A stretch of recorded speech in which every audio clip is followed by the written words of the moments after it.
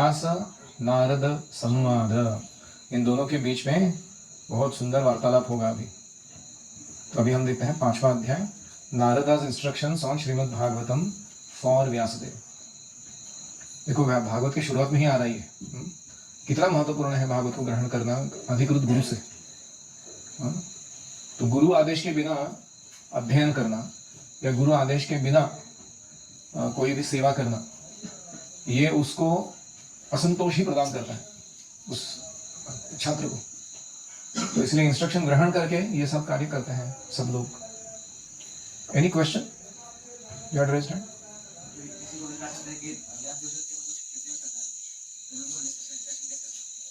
शक्त्यावेश अवतार को डिससैटिस्फैक्शन कैसे हो सकता है? कैसे हो सकता है, ये उदाहरण देने के लिए है कि शक्त्यावेश अवतार को भी गुरु की जरूरत है। कृष्ण बलराम खुद गुरु स्वीकार करते नहीं करते, उनको क्या जरूरत है? राम भगवान करते हैं, चैतन्य महाप्रभु करते हैं। ऐसे ही व्यासदेव अपने उदाहरण से दिखा रहे हैं कि आप जब खुद पछड़े में पछ रहे हो, कोई झमेले में गिरे हो, तो आपका स्वयं के बुद्धि से या अपने स्वयं के क्षमताओं से आप उद्धार नहीं कर सकते, आपको गुरु की शरण जानी ही है। तो ये बात बोलने के लिए, उदाहरण दिखाने के लिए ऐसा हो रहा है। जैसे कोई डॉक्टर होता है ना, जब उसको खुद पे ट्रीटमेंट करना होता है कोई, तो वो खुद नहीं करता, तो दूसरे डॉक्टर के पास जाता है, हालांकि उसको मालूम है प्रोसीजर क्या है। लेकिन क्योंकि बीमारी का स्वरूप ऐसा होता है कि बीमारी में कभी दिमाग ठीक से काम नहीं किया, बीच में ही उसको बेहोश हो गई या कुछ सर्जरी करते समय कुछ हो गया, खुद से कुछ करते हुए, तो लेने के देने पड़ सकते हैं। इसलिए डॉक्टर क्या करता है, वो दूसरे डॉक्टर से अपना सर्जरी करता है। Also he knows the medical science. ठीक है,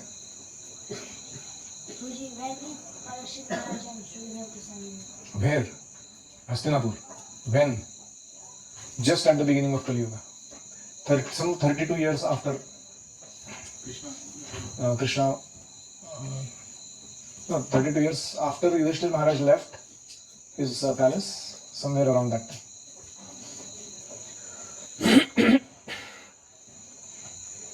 तो अभी हम अगले अध्याय के लिए जा रहे हैं। इसके पहले 7 श्लोकों में हम देखेंगे कि Narada inquires and Vyasadev response.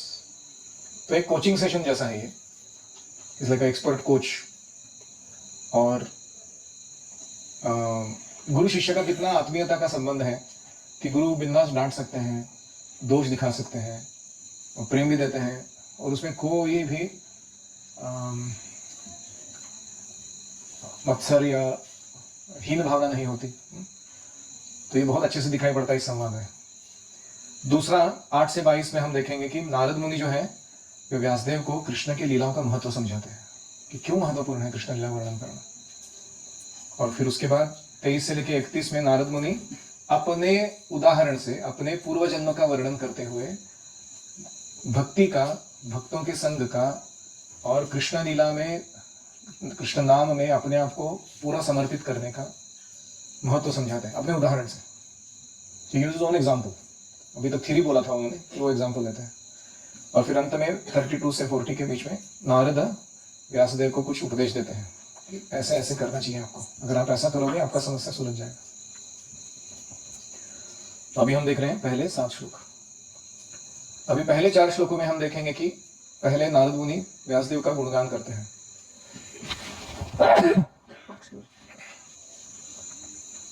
और फिर पूछते हैं कि आप असंतुष्ट क्यों लग रहे हो, असंपन्न, अपूर्ण ऐसे क्यों लग रहे हो। उनको मालूम है जवाब, फिर भी पूछ रहे हैं। फिर व्यासदेव अपना डिससेटिस्फैक्शन मान लेते हैं, बोलते हैं कि हाँ मैं असंतुष्ट हूँ, और फिर अपने गुरु का गुणगान करते हैं कि नारद मुनि कैसे हैं। He is like the air, the sun and the super soul. वायु, सूर्य और परमात्मा जैसे हैं वो, अंतर बाह्य मुझे जानते हैं क्या चल रहा है मेरे अंदर। एंड फिर वो पूछते हैं कि मेरे इस असंतोष का कारण क्या है, वो बताइए। तो अब ये हम इन 7 श्लोकों में देखेंगे। 5वां अध्याय, नारद द्वारा व्यासदेव को श्रीमद् भागवत के विषय में आदेश। सूत उवाच अथ तं सुखमासीन उपासीनं बृहच्छ्रवाः देवर्षिः प्राह विप्रर्षिं वीणापाणि स्मयन्निव। सूत गोस्वामी ने कहा, इस तरह देवर्षि नारद जी को सुखपूर्वक बैठ गए और मानो मुस्कुराते हुए ब्रह्मर्षि को, व्यासदेव को संबोधित किए। देवर्षि प्राह विप्रर्षि, जो देवताओं के ऋषि है नारद मुनि, उन्होंने जो ब्राह्मणों के ऋषि हैं व्यासदेव, उनको क्या संबोधित किया। तो दो बातें विशेष हैं। एक है वीणा पाणी, यानी नारद मुनि के हाथ में हमेशा क्या होती है? वीणा। ये दिखाता है कि भक्ति में संगीत का कितना महत्व है। सारे हमारे जो आचार्य हैं वो म्यूजिशियंस हैं, मध्वाचार्य या नारद मुनि या प्रभुपाद स्वयं। तो हमें सबको प्रयास करना चाहिए लर्न म्यूजिक प्रॉपरली। मृदंग, करताल, सिंगिंग, वोकल, हारमोनियम, कुछ वीणा या कोई अन्य सुंदर बांसुरी सीख लेना चाहिए हमें। दूसरा बात है कि स्मयन इव, हंसते हंसते पूछ रहे थे वो, बात छेड़ रहे हैं ना, तो स्मयन इव का मानो हंसते हुए, ऐसे वो बात कर रहे हैं। तो नारद जी क्यों मुस्कुरा रहे हैं? प्रभुपाद लिखते हैं कि वेद व्यास के और उनके असंतोष के कारण को वो भली भांति जानते थे। वो अपने स्टूडेंट को भी जानते थे अच्छे से, कैसा किस टाइप का व्यक्ति है, और उनके असंतोष के कारण को भी जानते थे, इसलिए वो स्मित कर रहे हैं। देखो, एक गुरु जी जो स्मित करते हैं ना, बड़ा मिस्टीरियस होता है वो शिष्यों को समझ में नहीं आता क्यों हंस रहे हैं एग्जैक्टली। जैसे अर्जुन गीता के शुरुआत में कहता है कि मैं अभी युद्ध नहीं करूंगा। अभी कृष्ण अगर चाहते तो फ्रस्ट्रेट हो सकते थे, वो इतना सारा आयोजन किया मैंने युद्ध चालू करने के लिए, अभी मेरा मेन व्यक्ति बोल रहा है मैं युद्ध नहीं करूंगा, मैं सेवा छोड़ के जा रहा हूं। लेकिन आप वहां क्या सुनोगे? कृष्ण क्या करते हैं? क्या शब्द है वो? तमुवाच ऋषिकेश प्रहसन इव भारत। वहां पे भी स्मयन इव जैसा प्रहसन इव वो शब्द आता है। कृष्ण भी स्माइल कर रहे हैं अर्जुन की दुविधा देख। और वो स्माइल क्यों कर रहे हैं? अलग अलग कारण है। एक कारण है कि वो जानते हैं उसका प्रॉब्लम क्या है, उसका सोल्यूशन क्या है, और वो उसको दिखाई नहीं दे रहा है अर्जुन को, इसलिए हंस रहे। दूसरा कारण है कि अब आया ऊंट पहाड़ के नीचे, अभी तक इतना प्रवचन ले रहा था ये खुद ही, उसको सारे सोल्यूशन मालूम है, अर्थशास्त्र मालूम है, धर्मशास्त्र मालूम है, ये मालूम है, वो सारा वेदों का ज्ञान भरा पड़ा है, लेकिन प्रॉब्लम का सोल्यूशन नहीं मालूम है। नॉलेज बहुत है। तो जब वो कहते हैं कि शिष्यस्ते हम, शिष्य बनने के लिए तैयार हो, तब हंसते हैं वो। और तीसरा कारण है आश्वस्त करने के लिए, डोंट वरी, ये प्रॉब्लम इतना बड़ा नहीं है, इसका सोल्यूशन है, तुम इसमें से बाहर निकल जाओगे, चिंता मत करो। तो ऐसे अलग अलग कारण है, ऐसे 8 कारण दिए हैं क्यों कृष्ण हंसते हैं। यहाँ पे भी नारद मुनि हंस रहे हैं व्यासदेव के समीप। तो असंतोष जो था ये भक्ति योग को सही ढंग से प्रस्तुत न करने के कारण था, और नारद जी को यह त्रुटि मालूम थी। नारद उवाच पाराशर्य महाभाग भवतः कच्चिदात्मना परितुष्यति शारीर आत्मा मानस एव वा। डांटने का भी क्या तरीका है देखो। व्यासदेव को पाराशर पुत्र ऐसे संबोधित करते हुए नारद जी ने पूछा, क्या तुम मन या शरीर को आत्म साक्षात्कार का लक्ष्य मानकर संतुष्ट हो? मतलब क्या है? तुमने अभी तक जो लेखन कार्य किया है वो कैसा था? शरीर और आत्मा को तुष्ट करने वाले कामों का वर्णन किया हमने। आत्मा को तुष्ट करने वाला वर्णन किधर है इतने बड़े लिटरेचर में तुम्हारे? तो ये काम करके क्या तुम संतुष्ट हो? तो एक तो उनको पाराशर्य क्यों कह रहे हैं?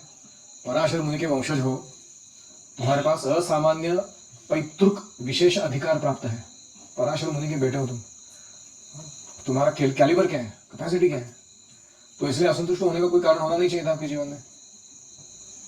महान पिता के आप महान पुत्र हो, लेकिन फिर भी गड़बड़ कर दी। आत्मा की पहचान शरीर और मन से कर दी। स्वभावतः व्यक्ति तब तक प्रसन्न नहीं रह सकता जब तक उसे आत्म साक्षात्कार प्राप्त न हो। यह भौतिक मन और शरीर से परे है। तो पहला प्रश्न क्या पूछा उन्होंने? आपने जो साहित्य लिखा है उसमें शरीर और मन को कैसे तुष्ट किया जाए उसका बहुत अच्छा वर्णन है, लेकिन आत्मा को कैसे तुष्ट किया जाए इसका विस्तार से वर्णन किधर है? ये प्रश्न समझ में आया ना? अभी अगला प्रश्न। जिज्ञासितं सुसंपन्नम अपि ते महदद्भुतम कृतवान भारतम यत्स्त्वं सर्वार्थ परिबृंहितम। तुम्हारी जिज्ञासाएं पूर्ण है, तुम्हारा अध्ययन भी भली भांति पूरा हो चुका है, इसमें संदेह ही नहीं कि तुमने एक महान एवं अद्भुत ग्रंथ महाभारत तैयार किया है, जो सभी प्रकार के वैदिक फलों को, 4 पुरुषार्थ धर्म अर्थ काम मोक्ष, ये चारों वैदिक फलों को कर दे सकता है। महाभारत ये पुरुषार्थों की विशद व्याख्या से युक्त है, अच्छे से डिफाइन किया है आपने, धर्म क्या होता है, अर्थ क्या होता है, काम क्या होता है, मोक्ष क्या होता है। महाभारत में सब कुछ ठीक से पता चल जाता है इन चीजों के बारे में। तो व्यासदेव के विषाद का कारण ज्ञान का अभाव नहीं था, छात्र के रूप में उन्होंने वैदिक साहित्य का पूर्ण अध्ययन किया था, और उसका प्रूफ क्या है? वैदिक साहित्य का अच्छा अध्ययन किया, महाभारत जैसा ग्रंथ लिखा उन्होंने, जो वैदिक साहित्य के सारे धर्म अर्थ काम मोक्ष के चारों पुरुषार्थों को प्रस्तुत करता है फर्स्ट क्लास एकदम। तो इसीलिए आपका एक परीक्षा होगा, जब आप गुरुकुल से पास आउट होने वाले होंगे, तब आपको एक थीसिस लिखना होगा किसी विषय को लेकर। आपकी विद्वत्ता और आपका अध्ययन उस समय समझ में आएगा कि आपने क्या पढ़ा एग्जैक्टली यहाँ रहते हुए। जिज्ञासितम अधितम च ब्रह्म यत्तत् सनातनम तथापि शोचस्यात्मानम अकृतार्थ इव प्रभो। तुमने निराकार ब्रह्म विषयक और उस ब्रह्म से प्राप्त होने वाले ज्ञान को भली भांति लिपिबद्ध किया है, लिख के रखा है। तो इतना सब होते हुए हे मेरे प्रभु, अपने को व्यर्थ समझकर हताश होने की क्या बात है? तो अपने जिज्ञासा भी की है और अध्ययन भी किया है, किसके बारे में? ब्रह्म यत्तत् सनातनम, सनातन ब्रह्म के बारे में। तथापि शोचसी, फिर भी शोक कर रहे हो। आत्मानम अकृतार्थ, खुद को व्यर्थ मान रहे हो, हताश हो रहे हो, ऐसा क्यों? तो ये कहाँ की गई है व्याख्या ब्रह्म सनातनम की? वेदांत सूत्र में। अगर आप वेदांत सूत्र या ब्रह्म सूत्र पढ़ोगे तो उसमें व्यासदेव ने एकदम फर्स्ट क्लास वर्णन दिया है। What is Brahman, what is absolute truth. अभी पांडित्यपूर्ण शैली है उनकी, क्या एकदम छोटे छोटे सूत्र हैं, लेकिन इतना परफेक्ट नॉलेज है उसके अंदर। तो इसलिए उनके पांडित्य के विषय में कोई संदेह कर नहीं सकता। फिर शोक क्यों कर रहे हो? व्यास उवाच अस्त्येव मे सर्वमिदं त्वयोक्तं तथापि नात्मा परितुष्यते मे तन्मूलमव्यक्तमगाधबोधं पृच्छामहे त्वात्मभवात्मभूतम्। श्री व्यासदेव ने कहा, आपने मेरे विषय में जो कुछ कहा है वह सब सही है, इसके बावजूद मैं संतुष्ट नहीं हूं। अतएव मैं आपसे अपने असंतोष के मूल कारण के विषय में पूछ रहा हूं, क्योंकि आप स्वयंभू बिना भौतिक माता के पिता के उत्पन्न ब्रह्मा की मानस पुत्र है ना। वो ब्रह्मा के मन से उत्पन्न हुए नारद मुनि, उनका माता पिता नहीं थे कोई जन्म देने वाले। और ऐसे स्वयंभू की संतान होने के कारण आपका ज्ञान अगाध है, और आप मेरे इस असंतोष का कारण सही में बता सकते हो। अस्ति एव का अर्थ क्या होता है? आपने जो कहा वो सब सही है, ऐसे संस्कृत में बोलता है। अस्ति एव, आपने जो बोला सब सही है। सर्वमिदं त्वया उक्तम, जो बोला सब सही है। यानी कि व्यासदेव समझते हैं, मानते भी हैं कि मेरे पास ज्ञान है, मैंने अध्ययन अच्छे से किया है, वेदों को बहुत अच्छे से संकलन किया है, सब कुछ मैंने अपना जान डाल के किया है प्रॉपर। अस्ति एव, सही है। तथापि न आत्मा परितुष्यते, मेरा आत्मा अभी भी संतुष्ट नहीं है।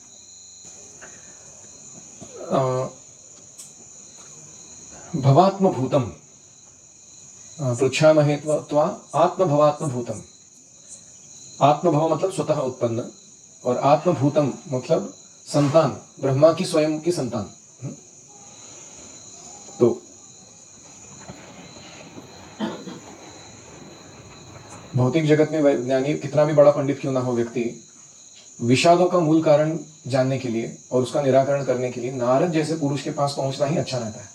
प्रभुपाद जी, जैसे हम देखते हैं कि ये हिस्टोरिकल है, कितने भी शिष्य हुए हैं उनके हर एक के जीवन में कुछ बड़ा डायलेमा था, और उसका निराकरण ऐसे तो वो दूसरों को मार्गदर्शन देंगे तो बहुत परफेक्टली करके दे सकते हैं, लेकिन जब खुद के जीवन में समस्या हुई उनको, तो उनको एक गुरु के पास जाना पड़ा उसको प्रॉब्लम सोल्यूशन ढूंढने के लिए। तो हमें भी ऐसे ही नारद जैसे कोई योग्य व्यक्ति को गुरु के रूप में स्वीकार करना चाहिए। क्यों जाया जाए नारद जैसे व्यक्ति के पास? सवै भवान वेद समस्त गुह्यम उपासितो यत् पुरुषः पुराणः परावरेशो मनसैव विश्वं सृजत्तिवत्यत्ति गुणैरसंगः। अभी देखो, पहले नारद मुनि ने व्यासदेव को प्रभु कहा था, याद है आपको? आत्मकृतार्थ इव प्रभु, यानी हमारा जो लैंग्वेज है प्रभु, इसका उनका ये बोनाफाइड है। यहाँ गुरु अपने शिष्यों को क्या पुकार रहे हैं? प्रभु, आप मेरे प्रभु हो, ऐसे बोल रहे हो। और अभी व्यासदेव उनको प्रभु कह रहे हैं, अपने गुरु महाराज को। क्या कह रहे हो यहाँ पे?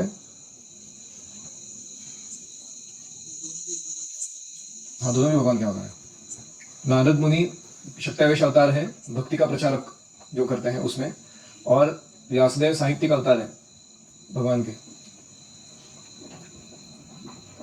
एक अवतार दूसरे अवतार को मार्गदर्शन दे रहा है।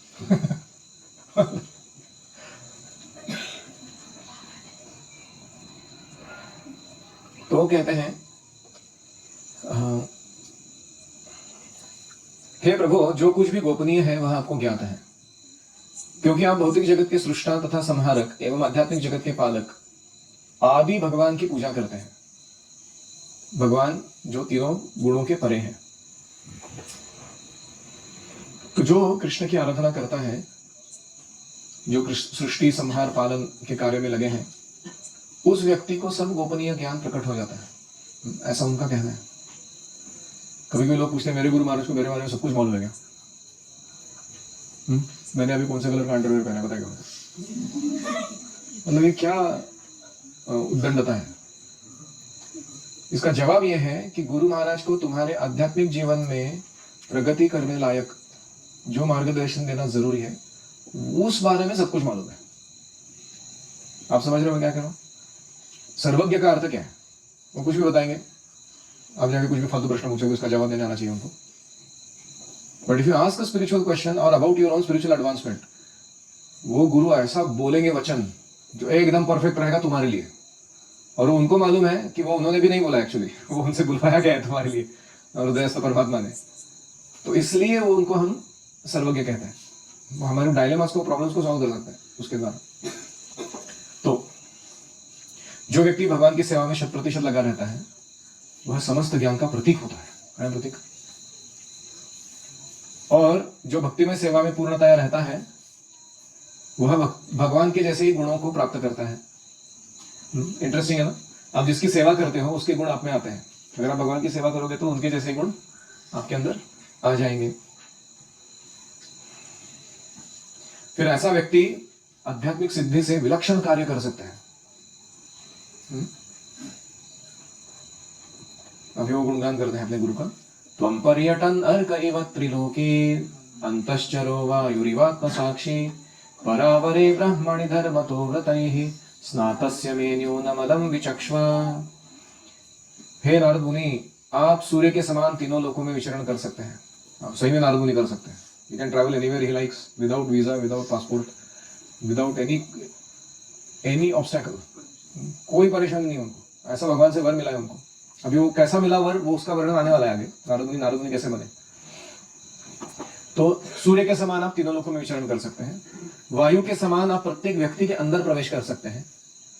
मतलब हमारे अंतरंग में क्या चल रहा है, हमारे मोटिव्स, हमारे कैपेसिटीज, हमारी कमिटमेंट, ये हमारे गुरु जानते हैं, हमने बोले भी नहीं। और इसलिए उनकी तुलना की गई है वायु के साथ। और इसीलिए आप सर्वव्यापी परमात्मा के तुल्य हैं कि आप सबके अंदर प्रवेश करके जान सकते हैं उनकी थिंकिंग, फीलिंग, विलिंग, विचार, भावना और निर्णय क्या ले रहे हो। अतः आपसे प्रार्थना है कि नियमों तथा व्रतों का पालन करते हुए दिव्यता में लीन रहने पर भी मुझ में जो कमी हो उसे खोज निकाले। अलम विचक्ष्व, स्पष्ट रूप से मेरे को बताइए, दिखा दीजिए मेरा न्यून क्या है। न्यूनम में अलम विचक्ष्व, ये लाइन है ना, ये हमारे शिष्य जीवन का मोटो होना चाहिए। क्या है मोटो? मैं न्यूनम अलम विचक्ष्व, मेरा दोष या मेरी कमियां स्पष्ट रूप से खोज निकालकर मुझे बताइए। This is the number one question you can ask. तो जनरली जब हमारे गुरु जी को मिलने जाते हैं तो 4 कार्य करने होते हैं। पहला है कि उनके सेवा या उनके गुणों का वर्णन और उनमें अपना दृढ़ श्रद्धा या समर्पितता व्यक्त करना कि you are my guru and I am here to follow you. दूसरा, अपने कार्यों का रिपोर्ट देना, आप क्या कर रहे हो, क्या चल रहा है आपका। तीसरा, आपकी भविष्य की योजनाओं को प्रस्तुत करना कि मैं ये करना चाहता हूँ सेवा में, आपका इसके बारे में क्या कहना है, आपके क्या मार्गदर्शन है इसके बारे। और चौथा बहुत क्रिटिकल आइटम है, मेरे से जो कमियां या गलतियां हुई है या आपने किसी भक्तों से या किसी से कुछ सुना है तो कृपा करके मुझे वो दोष बताइए और उसको कैसे ठीक करना है वो भी बताइए। This is a proper conversation. तो यही हम देख रहे हैं यहाँ पर व्यासदेव और नारद जी के बीच में। तो क्या क्या हमें मनुष्य संकट में सहायक बनता है? दिव्य अनुभूति, यानी हम जो अभी धाम में गए हैं या भागवत पढ़ रहे हैं या भक्तों से बातचीत कर रहे हैं तो कुछ अनुभव आता है, दिव्य ऐसे अनुभव, वो हमारे काम आता है। पुण्य कर्म, आज हमने सुबह सुना, भक्ति उन्मुख सुकृति, ये बड़ी काम आती है। देव पूजा, डेटी वर्शिप बहुत काम आती है।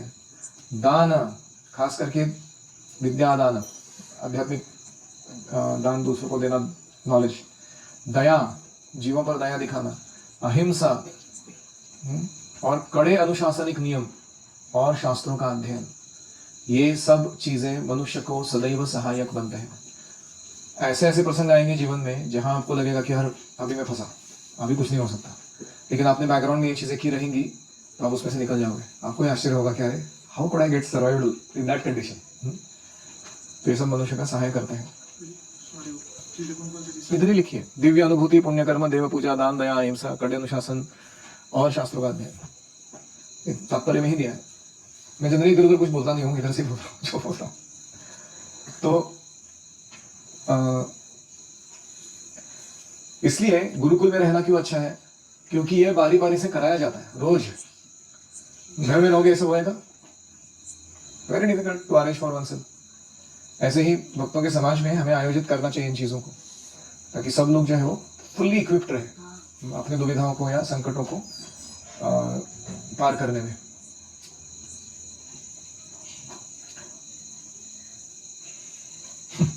एक मटीरियलिस्टिक एग्जांपल है, यहाँ एक is a big time car seller, car dealer है वो, ऐसे दूसरों से गाड़ियां खरीदते हैं और तीसरे को बेचते हैं।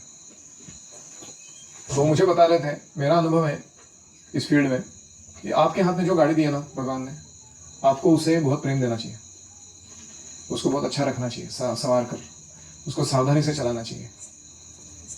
यहाँ तक क्यों बोल रहे थे, अपनी गाड़ी से बातचीत करनी चाहिए आपको, as if it's like your baby. वो कह रहे थे कि मेरा अनुभव है कि जब मैं कभी कभी ऐसे एक्सीडेंट प्रोन सिचुएशन में चला जाता हूं जहां पे मुझे अभी लग रहा है कि अपघात होने ही वाला है गारंटेड, क्योंकि वो सामने वाले की भी गलती हो सकती है, इनकी भी हो सकती है, अभी तो गया। लेकिन मेरा अनुभव ऐसा है कि उस परिस्थिति में से मेरी गाड़ी मेरे को बचाती है, या ठुक भी गई कहीं तो ज्यादा नुकसान नहीं पहुंचाती है। और ये मुझे ऐसा क्यों लगता है मुझे नहीं मालूम, ऐसे वो बोल रहे थे, मेरा अंधविश्वास भी हो सकता है। तो मैं उनको कह रहा था, ये मुझे नहीं मालूम कि ये सही है कि नहीं है, आप जो बोल रहे हो शास्त्रोक्त है कि नहीं, लेकिन ये इसका पैरेलल मैं आपको इधर बता सकता हूँ भागवतम में कि आपको जो दिव्य भक्ति में प्रक्रिया मिली है आपके जीवन में, आप उसको रिस्पेक्ट करो, आप धर्म का पालन ठीक से करो, अपने जो गुरु हैं उनको यथोचित आदर दो, विप्र धर्म अच्युत आश्रय बहुत अच्छे से ग्रहण करो। आप ऐसे ऐसे कॉम्प्लिकेटेड सिचुएशन में से बच जाओगे जो आप खुद सोच नहीं सकते कि ये मेरे पे प्रसंग आया था, मैं कैसे बच निकला इसमें से। जैसे प्रहलाद है, पांडव है, कितने उदाहरण है शास्त्रों में, इतने ऑकवर्ड प्रसंग उनके ऊपर आए, उसमें से वो बच निकले। ठीक, किसी का कोई प्रश्न है?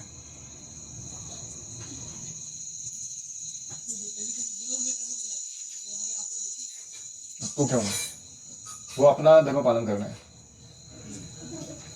तो हमें भी ऑकवर्ड लगता है। हमारे गुरु हमको प्रभु बुलाते तो, प्रभु जो तो schedule that you gave me is killing मी। तो अभी तक मेरे कान में गूंजता है वो, तो क्या करें। तो हमें सीखना है उनसे कि हमें भी हमारे जूनियर्स को यथोचित आदर देना है। ऐसे नहीं ये बार क्या है चल चप्पल निकाले मेरा, ऐसे उनके साथ डील नहीं करता। वो हमें उदाहरण से दिखा रहे हैं हाउ यू रिस्पेक्ट एवरीबॉडी। ठीक है,